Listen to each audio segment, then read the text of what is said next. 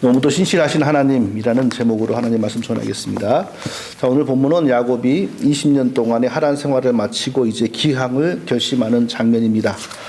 하란이라고 하는 것은 원래 할아버지 아브라함의 고향은 아닙니다. 아브라함이 태어나고 자란 곳이 어딘지 아시죠? 지금의 이라크 땅인데, 이라크 땅에는 두 개의 강이 있습니다. 유프라데스 강이 있고 티그리스 강이 있는데, 다 북쪽에서 남쪽으로 흐르다가 페르시아만으로 이렇게 연결됩니다.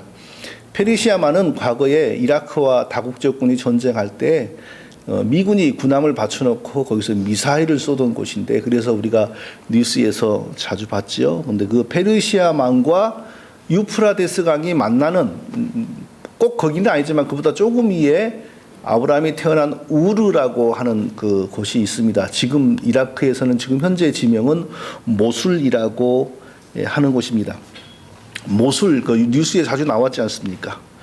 자, 거기에 사는 아브라함을 부르셔가지고 하나님이 가나안 땅으로 이제 보냈습니다. 그런데 지도를 보면 거기에서 그냥 꽃장 서쪽으로 그냥 꽃장 가면은 이게 가나안인데, 그들은 지금은 어떤지 모르지만 당시로서는 갈 수가 없었죠. 왜냐하면 거기는 막막한 그냥 사막이거든요. 그러니까 사막을 가면 뭐 식수도 공급받을 수 없고 뭐 양식도 공급받을 수 없으니까 갈 생각을 안 했던 것 같아요. 그러니까 고대의 도시들은 전부 강을 중심으로 이렇게 형성되어 있으니까 유프라데스 강가에 있는 도시들, 그러니까 사람들이 거기 사니까 거기서 사람들이 소통을 하니까 거기서 위로 북쪽으로 올라갑니다. 북쪽으로 저기 유프라데스 강 상류에 하란이라고 하는 도시가 있는데, 지금은 이름이 뭔지 모르겠습니다. 터키에 있는 도시입니다. 지금은 터키에 속한데, 거기에 이제 갈대아 우르를 떠났는데 아브라함의 아버지 데라가 그 하란에서 죽었다고 성경에 나옵니다. 그 길을 지나갈 때 죽었다는 것일까요? 아니면 거기서 눌러 앉아 살다가 죽었다는 것일까요?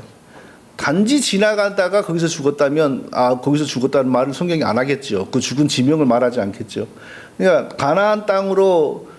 가나안을 목표로 갔는지 떠나라고 해서 무조건 일단 떠나고, 성경은 떠나고 갔다고 나오니까 목적지가 어딘지는 모르고 가다가 하란에서 오래 눌러 살았다는 것을 알 수 있습니다. 그러니까 저기 북쪽에, 거기서 또 가나안을 가려면 이제는 이렇게 다시 이렇게 꺾어져 가지고 남쪽으로 내려와야 됩니다. 아버지 데라가 거기 하란에서 죽고, 아브라함의 막내 동생 데라에게는 세 아들이 있었거든요. 아브라함이 장남이고, 막내 동생이 일찍 죽고 아들과 딸을 남겨놓고 죽었는데, 그 막내 동생이 일찍 죽고 남긴 아들 조카가 바로 롯입니다. 아브라함과 조카 롯이 또 출발하고 가나안까지 갑니다. 근데 데라가 세 명의 아들을 낳았거든요. 아브라함, 나홀, 밀가가 제일 먼저 고향 땅에서 죽고 롯만 남겨놨고요. 그럼 분명히 아버지를 따라 나홀이라고 하는 아버지 밑에 동생도 갔을 겁니다. 근데 가나안 땅으로 들어가질 않아요. 그것은 하란에서 눌러앉아 살았다는 거죠. 하란에서 가나안까지는 당시 도보로 뭐 한 달, 두 달 뭐 이렇게 걸리는 거리입니다. 야곱이 이제 형을 기만하고 아버지를 속이는 죄를 저질리고 나서 살기 위해서, 분노한 형을 피하여 살기 위해서 간 곳이 바로 그 하란이지요. 거기 하란입니다. 거기서 자그마치 20년을 사는데, 20년을 사는 동안에 아주 놀라운 일들이 벌어졌어요. 부인을 4명이나 얻었고요. 4명의 부인들이 자식을 낳으니까 자식이 그냥 축구팀을 결성할 만큼 아들들이 그렇게 태어났고요. 20년 동안 바로 그런 일이 벌어졌습니다. 그리고 20년 되었을 때 이제 다시 고향 땅으로 돌아가려고 결심을 합니다. 오늘 본문이 바로 결심하는 내용이죠. 자, 오늘 본문에서 발견되는 중요한 사실을 찾아보겠습니다. 첫째로, 하나님께서 정한 섭리와 작정이 한치가 우리 한국 단위로 뭐 몇 센치나 되는지 모르겠는데, 우리 조상들이 그렇게 썼잖아요. 똑같이 뭐 그대로 이 말을 한치의 오차도 없이 이렇게 썼습니다. 한치의 오차도 없이 그대로 이루어진다는 사실을 볼 수가 있습니다. 자, 하나님께서 아브라함을 불러서 가나안 땅에 자리 잡게 하신 이유가 있죠. 역사를 조금이라도 알고 세계사를 조금이라도 아는 사람들은 왜 하나님이 이 지구상에 많고도 많은 땅에서 가나안 땅을 택하여 보내셨는지 설명할 수 있습니다. 가나안 땅은 고대 인류에서 고대뿐만 아니라 현대도 마치 이 역사와 문명의 배꼽과 같은 곳이다 이렇게 말할 수 있습니다. 어디를 가든지 또 어떤 것이건 간에 이 가나안 땅을 거쳐서 소통하게 되어 있습니다. 자, 가나안의 바로 밑에가 이집트인데 이집트는 고대 세계에서 가장 문명이 발달한 대제국이었죠. 그러니까 이집트 제국이 밑에서 성경에서는 애굽이라고 하고요. 가나안 북쪽에는 그 유목민들이 세운 또 엄청난 히타이트 제국이라고 하는 게 일어났습니다. 그리고 가나안 오른쪽으로 가면요, 그러니까 동쪽으로 가면은 지금 이라크가 있죠. 이라크가 고대에 바로 바벨탑이 있던 것이고 바벨론 문명이 있던 것이고 최초의 수메르 문명이 있던 것이고 유프라테스 티그리스강 문명이 있던 것이고 바벨론이 들어섰던 것이고 그런 곳이죠. 그 바벨론 지금의 이라크 땅의 역사가 어마어마합니다. 그 과거의 그 영광이. 그래서 종종 우리가 이 지역에 살다 보면요, 이 중동 사람들을 만나는데 제가 어떤 회계사 이라크 사람을 만났어요. 그래서 이라크 사람을 보고 제가 말을 막 걸었어요. 그래서 제가 그냥 서투른 영어로 너희 나라의 과거의 역사가 얼마나 찬란하고 얼마나 위대한지 아느냐? 그러니까 그 사람이 눈이 동그래지면서 네가 그걸 어찌 아냐? 네가 그런 거 어찌 아냐? 그래서 우리 기독교인들은 다 안다. 그랬죠. 그 대단한 역사입니다. 근데 참 후세인이가 독재하다가 미국하고 이게 잘못 꼬여가지고 지도 죽고 나라가 다 폐허가 되어버렸는데 이라크 정말 엄청난 나라입니다. 그 이라크에서 조금 더 동쪽으로 가면 지금 이란이 있는데 과거에는 거기가 페르시아 제국이 일어났던 곳입니다. 페르시아가 저기 다 지배한 엄청난 제국이지 않습니까? 그런데 재미있는 것은 이 바벨론, 그러니까 이라크의 조상들과 페르시아, 지금의 이란의 조상들은 옆에 붙어 있지만 영원한 앙숙입니다. 마치 우리와 중국 대륙이 그러는 것처럼 또 우리와 일본이 그러는 것처럼 지금 현재 같은 종교를 가졌어도 영원한 앙숙입니다. 정말 이 사람들은 화합이 안 됩니다. 이 사람들도. 자, 그런 나라가 있었죠. 가나안, 그러니까 남쪽, 북쪽, 동쪽에 세계를 호령하던 제국들과 문명들이 일어났습니다. 가나안 왼쪽, 그러니까 서쪽으로는 지중해가 바로 막혀 있는데 이 지중해를 건너가면은 저기 그리스 반도 북쪽의 마게도니아에서 등장한 알렉산더라고 하는 사람이 헬라 제국, 그리스 제국을 만들었죠. 그래서 그리스 제국이 전 지중해 세계를 다 장악했죠. 그 다음에 저기 로마에서 또 천년 제국이 일어나가지고 또 전 지중해 세계와 세계를 저 위에 영국 섬의 절반을 다 이렇게 먹었잖아요. 그러니까 이 주변에서 순차적으로 시대적으로 돌아가면서 강대국과 강한 아주 놀라운 문명이 등장할 때마다 전부 이스라엘을 휩쓸었습니다. 전부 가나안 땅을 휩쓸었습니다. 그 모습이 마치 중원에서 한족이 일어나면 한반도가 영향을 받고 또 만주족 청나라가 일어나면 한반도가 영향을 받고 일본이 강해지면 한반도가 영향을 받고 몽골이 강해져 가지고 한반도가 영향을 받고 이 모습하고 똑같아요. 그런 면에서 상당히 이스라엘과 우리나라는 또 유사성이 있습니다. 왜 이런 곳으로? 정말 조용히 살 수 없는 곳입니다. 이스라엘 땅이라고 해봐야 우리나라 강원도만 하고 거기 인구라고 다 모아봐야 얼마나 되겠어요. 이 강대국과 제국들이 일어나는 이 가운데 배꼽 같은 자리에서 생존하기가 정말 어려운 곳이거든요. 그런데 왜 하나님이 그곳으로 보냈을까요? 만일 저기 아프리카의 어떤 조용한 곳으로 보냈으면 아브라함과 아브라함의 후손들은 별 큰 고생 안 했을 겁니다. 그러나 아브라함을 통하여 만들어지는 그리스도의 복음이 전 세계에 그렇게 빨리 전해지지는 못했을 겁니다. 가나안 땅에서 아브라함이 정착하고 아브라함의 후손들이 정착하여서 그리스도의 복음을 만들었기 때문에 이 모든 문명들이 다 지나다니는 길목과 같은 이 가나안 땅에서 이게 시작되었기 때문에 전 지구상으로 빠르게 퍼졌던 것입니다. 자, 그러므로 아브라함, 이삭, 야곱의 인생은 또 그들의 신앙은 반드시 가나안 땅을 무대로 전개되어야 합니다. 다른 땅에서 전개되어 버리면 하나님의 계획이 아닙니다. 그러니까 하나님이 하란에 20년을 살았어도 다시 불러 가시는 거죠. 지난 20년 동안 하나님이 어떤 일을 하셨습니까? 레아와 라헬이라고 하는 두 부인, 외삼촌의 딸들이죠. 두 부인을 얻었죠. 그 두 부인의 여종들까지 첩을 얻었습니다. 부인이 4명이다 보니까 그냥 짧은 시간에 아들들이 그냥 주렁주렁 해서 금방 축구팀을 결성하고 남을 만큼 이렇게 막 나오는 거예요. 이게 뭘 준비하는 거죠? 요즘 관점으로는 세상에 부인을 4명이나 둔 게 얼마나 나쁜 일입니까? 그런데 그건 하나님의 비상섭리였습니다.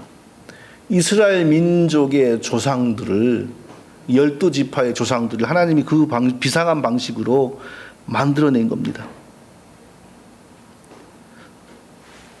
왜 이런 일이 벌어졌습니까? 왜 이런 준비가 이루어졌습니까? 아브라함이 하란으로 왔기 때문이죠. 하란을 왜 왔습니까? 야곱이 하란으로 왔기 때문이고, 야곱이 하란으로 온 이유는 형을 기만하고 아버지를 속이고 하나님의 거룩한 일을 인간의 죄악된 방식으로 이루었기 때문이죠. 범죄했기 때문이죠. 범죄했기 때문에 하란으로 왔고 하란에서 이런 일이 벌어졌죠. 그러면 하나님이 범죄하도록 충동질 하신 것입니까? 하나님이 그런 죄를 짓도록 인도하신 것입니까? 또 그건 아닙니다. 하나님은 절대 사람이 범죄하도록 유혹하시지 않습니다. 하나님에게는 죄가 없으시고 하나님의 성품에는 거짓이 없습니다. 그럼 죄는 어떻게 진 겁니까? 사람이 좋아서 진 거지요. 사람이 자기의 의지로, 자유의지로 좋아서 저지르는 것이 범죄입니다. 하나님은 처음에 아담을 만드실 때 아담에게 영생을 주셨고 완전한 인격을 주셨고 완전한 자유의지를 주셨습니다. 또 아담의 완전한 자유의지는 어떻게 작용했냐면요. 아담이 원하면 얼마든지 하나님을 기쁘시게 하고 선을 행하고 하나님이 싫어하는 죄를 안 지을 수 있는 자유의지였습니다. 그리고 동시에 또 아담이 원하면 얼마든지 하나님을 배반하고 하나님이 싫어하는 죄를 결정하여 저지를 수 있는 자유의지였습니다. 그러니까 죄를 지을 수도 있고 죄를 안 지을 수도 있는 완전한 인격, 완전한 자유의지를 주신 겁니다. 그런데 아담은 그 자유의지를 어떻게 사용했습니까? 잘못된 미혹에 빠져서 하나님과 같이 되기를 원하였고 같이 되기를 위하여 반역하는데 그 자유의지를 사용하고 말았습니다. 그 순간 바로 영생이 박탈되었고 죄의 노예가 되어버리고 말았습니다. 자, 타락한 이후 인간에게도 자유의지가 있습니다. 그런데 타락 이전의 자유의지와는 달리 타락 이후의 인간의 자유의지는 죄를 짓는데 자기가 좋아서 자발적으로 죄를 짓도록만 역사합니다. 절대 하나님의 인간의 자유의지는 타락 이후에는 자기의 구원을 위하여 영생을 위하여 영원히 살 길을 위하여 자유의지가 작용하는 능력이 없어져 버리고 죄를 짓는 쪽으로만 자유의지가 작용을 합니다. 그러니까 모든 죄는 우리가 좋아서 짓는 겁니다. 단 하나의 죄도 이거 짓기 싫은데 절대로 지을 수는 없는데 하는데 강제로 짓는 죄는 하나도 없습니다.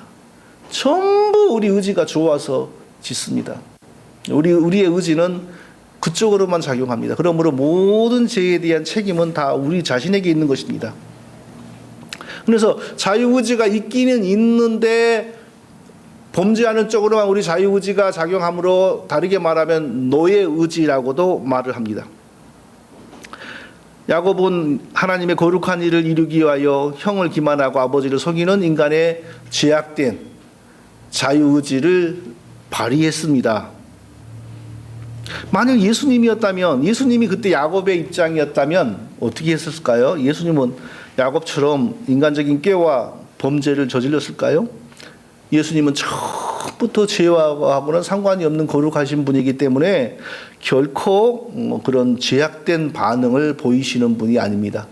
어떠한 경우에도 성령 충만하셨고 어떠한 경우에도 죄를 도모하시는 분이 아닙니다. 그러니까 예수님이 그때 야곱의 자리에 있었다면 절대로 그런 제약된 방식으로 하나님의 거룩한 일을 이루시지 않으시는 거죠.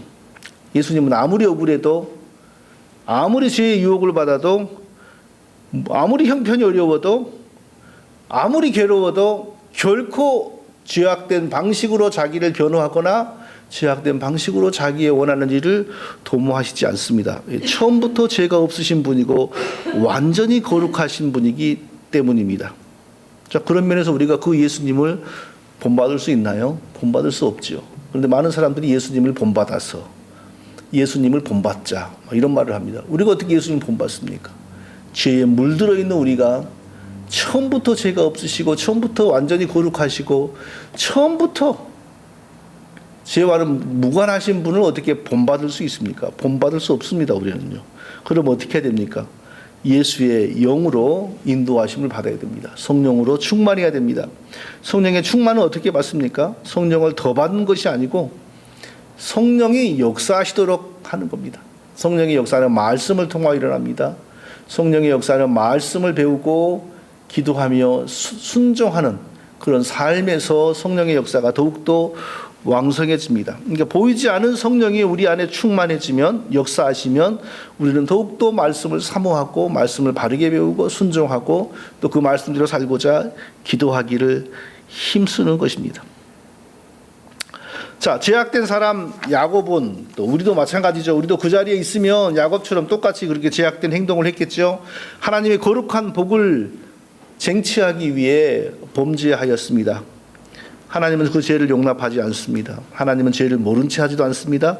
하나님은 죄를 심는 자에게 죄의 열매를 거두게 합니다. 그러니까 야곱이 뿌린 그 죄의 씨앗이 야곱의 인생에 파란을 일으켰습니다. 분노한 형이 야곱을 죽이려고 하자 이제 도망가야만 되었습니다. 그래서 간 게 바로 하란이죠. 가서 14년간 모섬살이 했죠. 두 장가가기 위해서. 그리고 불과 6년을 돈을 벌었습니다. 6년을 벌었는데요. 하나님은 그때 놀랍게 역사했습니다. 그래서 큰 거부가 되었습니다. 뿐만 아니라 하나님께서요 야곱을 이 모양 저 모양으로 세밀하게 동행하시면서 날마다 함께 해주셨습니다.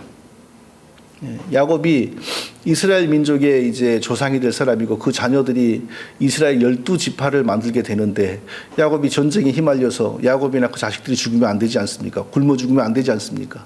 철저히 보호하시는 거예요. 그래서 넉넉하게 물질도 막 부어주셨습니다. 그래서 나중에 야곱이 이동하는 모습을 보면 얼마나 재물이 많은지요. 마치 그 시대의 한 나라의 거상이 이동하는 것과 같이 그렇게 재물이 많게 됩니다. 이 불과 6년 동안에. 자, 여기서 우리가 두 가지를 발견할 수 있습니다. 첫째는 성도가 하나님이 부어주시는 재물로 부유해진다면 거기에는 목적이 있다는 것입니다. 야곱에게 어마어마한 부를 주신 목적은 무엇일까요? 부인 4명을 건사해야지요. 그 4명을 통하여 나온 아들들을 다 건사해야지요. 그들이 다 건강하게 바르게 잘 자라서 또 다 결혼을 해야지요. 각 가정을 이루어야죠. 그렇게 해서 이스라엘의 12지파, 12족속이 시작이 되어야 되는 겁니다. 바로 그렇게 하기에 어려움이 없도록 하나님이 야곱에게 그 어려운 환경, 특히 그 사기꾼 같은 라반이 교묘한 방식으로 회방을 해도 하나님께서 야곱에게 재물과 부를 쏟아 부어주셨습니다. 우리는 기억해야 됩니다. 하나님이 우리에게 부를 주신다면 이미 하나님의 계획과 목적이 있기 때문입니다. 하나님의 계획과 목적이 수행되지 않는 부는 오히려 우리를 썩게 할 뿐이고 우리를 더 일찍 죽게 할 뿐이라는 사실입니다. 또 우리가 뭘 발견해야 됩니까? 하나님께서 필요하셔서 우리에게 부를 주신다면 그건 철저히 하나님의 방법으로 하나님이 친히 역사하신다는 것입니다. 사람이 스스로 부를 얻기 위해서 노력하고 발버둥을 치면 거짓과 속임수와 죄악을 저지르기 쉽습니다. 하나님이 우리에게 하나님의 목적을 위해서 부를 주셔야 됩니다. 부를 안 주시면 우리에게 굳이 부를 주실 필요가 없기 때문에 안 주신다 생각하고 자족해야 됩니다. 하나님이 우리에게 부를 주실 때는 하나님이 친히 역사하셔서 부를 얻게 하십니다. 이제 고향으로 돌아가려고 마음에 결단하고 야곱이 부인들에게 이렇게 말합니다. 그대들의 아버지가 그리고 그대들의 그 오빠들이 처남이죠. 이 부인들의 오빠는 처남이죠. 처남들과 장인이 나를 보는 눈빛이 예전 같지가 않다. 왜 그랬을까요?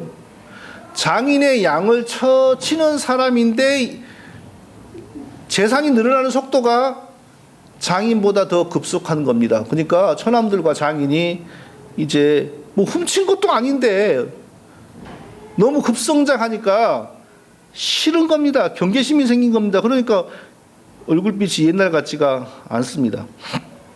내가 떠날 때가 된 것 같다. 그동안 내가 살아오는 동안 하나님이 나와 함께 하셔서 이렇게 내가 재물도 얻었는데 그러나 그대들의 아버지하고의 관계는 정말 힘들었다. 그동안 나를 주기로 한 품삯을 10번이나 마음대로 바꾸었다. 이렇게 말을 하는 겁니다. 14년간은 대가 없이 머슴살이했죠. 장가가기 위해서. 이제 6년을 대가를 받고 일을 했는데 대가를 산출하는 방식이 뭐냐면 다 이제 처음에 시작은 전부 외삼촌의 양을 치는 겁니다. 양을 치는데 새끼 중에 새로 나온 새끼 중에 피부가 얼룩얼룩하거나 점이 있는 게 나오면 그것은 야곱의 것이고 일반적인 게 나오면 그것은 외삼촌의 것이고 그러니까 부모 양과 일반적인 새끼는 전부 외삼촌 거죠. 그리고 새끼 중에서 점이 있거나 아롱아롱한 것만 야곱의 것입니다.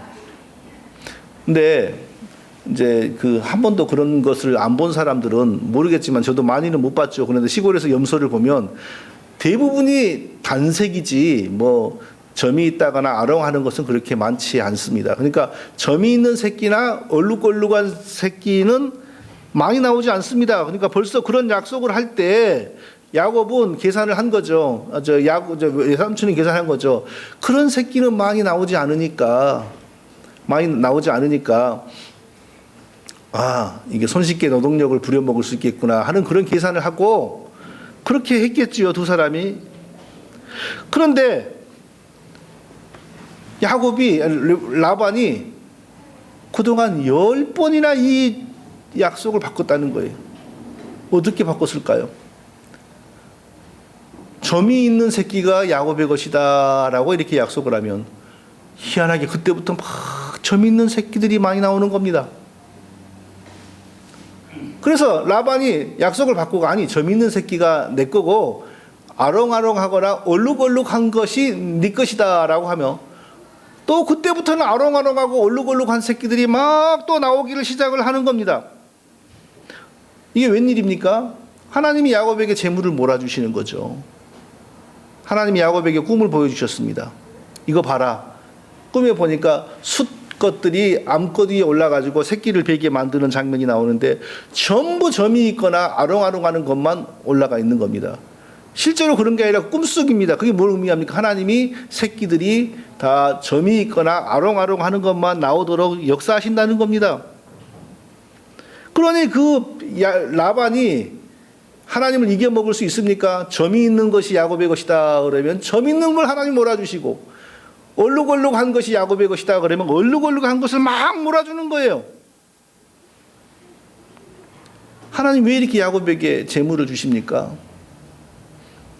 재물이 필요하죠. 앞으로 축구 선수 축구 한 팀을 만들 그 남자 자식들을 다 먹여 살리고 그들을 다 결혼시키고 그들을 번창하게 만들려면 재물이 필요하죠. 그러니까 하나님께서 그렇게 재물을 주시는 거죠. 예? 그래서 그들을 통하여 이스라엘 민족을 만들려고 그렇게 해주시는 거고 라반이 이렇게 회방을 하면 하나님이 또 거기에 맞게 역사하시고 라반이 저렇게 회방을 하면 하나님이 또 거기에 맞게 역사하신다는 걸 꿈으로 보여주시는 겁니다. 꿈에 하나님이 야곱에게 오셔서 양떼가 탄 수양은 다 얼룩무늬 있는 것, 점 있는 것, 아롱진 것이니라. 라반이 내가 행한 것을 내가 보았노라. 라반이 내게 행한 것을 내가 보았노라. 하나님이 야곱을 보호하고 야곱에게 재물을 주시기 위하여 라반이 회방을 할 때마다 놀라운 방식으로 역사하셨다는 것입니다.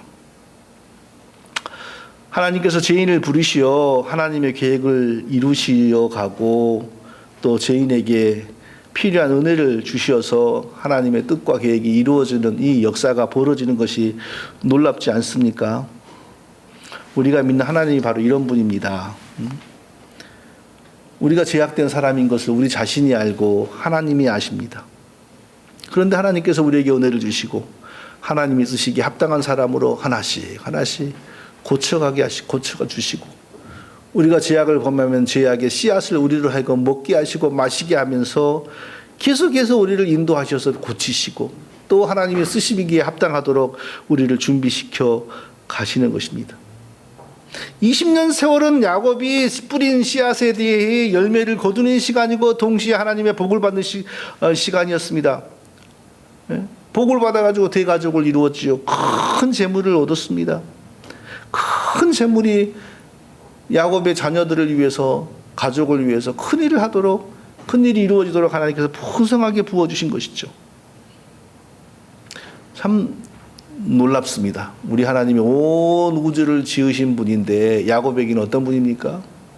야곱의 재물을 늘려주기 위해서 라반이 점 있는 게 네 거다 그러면 하나님이 거기에 맞게 점 있는 걸 보내시고, 점 있는 게 너무 많이 나오니까 라반이 마음이 변해가지고 얼룩무늬 있는 게 네 거다라고 하면 그때부터 하나님의 얼룩무늬 있는 게 나오게 하시고, 온 우주를 지으신 하나님께서 이렇게 세밀하게 죄인을 위하여, 택하신 자를 위하여, 쓰실 자를 위하여 역사하시는 것을 보면 우리 하나님이 너무나도 크시고 거룩하고 세밀하고 놀랍고 그러지 않습니까? 하나님이 우리를 위하시면 무엇을 못하실까요? 하나님이 우리를 위하시면 누가 우리를 막을까요? 너무나도 정확하게 일하시고 세밀하게 역사하시는 하나님이십니다. 이 야곱이 자기 죄로 인하여 하란으로 오게 되었는데, 이 하란에서 자기 죄의 씨앗을 먹고 마시면서 또 이렇게 복을 받고, 그리고 많은 자녀들과 재물을 얻게 하시고, 그리고 드디어 일어나 내 조상의 땅, 내 족속에게로 돌아가라. 너와 함께 내가 너와 함께 있을 것이다. 이렇게 또 명령하십니다. 성도 여러분, 우리가 믿는 하나님, 우리를 부르신 하나님이 이렇게 세밀하게 역사하시는 하나님이십니다. 이런 하나님을 우리가 바르게 믿고 하나님의 도우심을 받으면 누가 우리를 막을 수 있겠습니까? 불가능한 일이지요. 우리의 인생이 우리의 뜻대로 안 됩니다. 하나님이 그렇게 하십니다. 우리가 부자가 되기를 위해서 막 마음을 쓰고 하루에 10시간씩 10달간 기도하면 우리가 부자가 됩니까? 우리가 부자가 될 이유가 없으면 하나님 부자 되게 안 합니다. 근데 우리가 하루에 10시간씩 10달간 기도해가지고 부자가 되면 기독교가 아니죠. 샤머니즘이죠. 망하게 만드는 종교죠. 부패하게 만드는 종교죠. 기독교는 그런 종교가 아닙니다.